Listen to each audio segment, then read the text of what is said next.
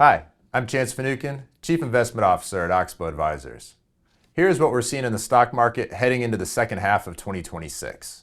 The IPO of SpaceX generated more buzz than any IPO of the past decade. Lots of individual investors wanted to jump in and buy during its opening days of trading. One cautionary note: in most cases, a hot new public stock falls in value during its first year of trading. More importantly, there is always a drawdown during that first year from its first day closing price. The average drawdown is a cut in half of the share price. If you really want to own a newly public stock, you have time to get a better entry point. This happened to us with Airbnb. It went public in late 2020. We followed the company for 5 years but did not buy until September 2025 at a price about 15% below its IPO price from a half decade earlier. Another reason to be cautious about these IPOs of AI businesses is their extreme valuations.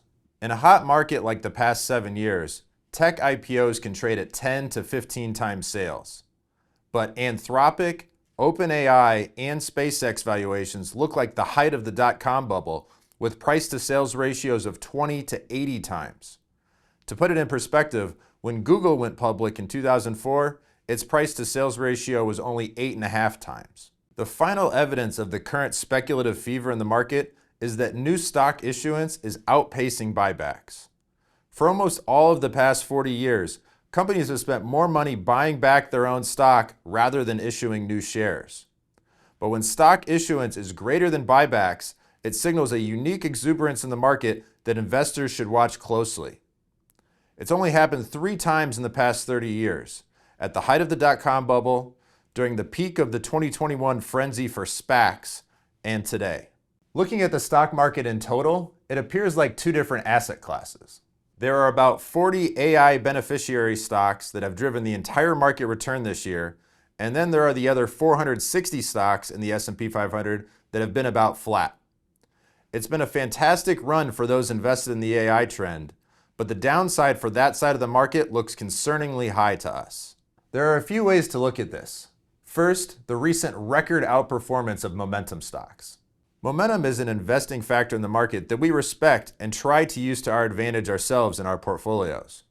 But the run of recent outperformance by momentum stocks relative to low volatility stocks is unlike anything we've seen in the past 30 years. What's most relevant is what happens going forward. In each of the 3 previous spikes, the inevitable snapback was a fierce decline for the momentum winners. We would rather prioritize stable companies in the portfolio at this time than momentum. Next is the incredible 14-month return in semiconductor stocks that looks eerily similar to 1999. The semiconductor index has more than tripled in the past 14 months. There is only one other time in the past 30 years that matches that return, and it was the last 14 months of the dot-com bubble. Once a peak is reached after such an incredible move for a stock or an industry, the decline often lasts about 2.5 years.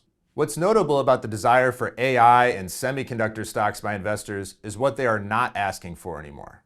For years, it was the Mag 7 stocks that everyone wanted to own: Apple, Alphabet, Amazon, Meta, Microsoft, Nvidia, and Tesla. But over the past 8 months, those stocks have lost money on average, with only Alphabet still outperforming the market.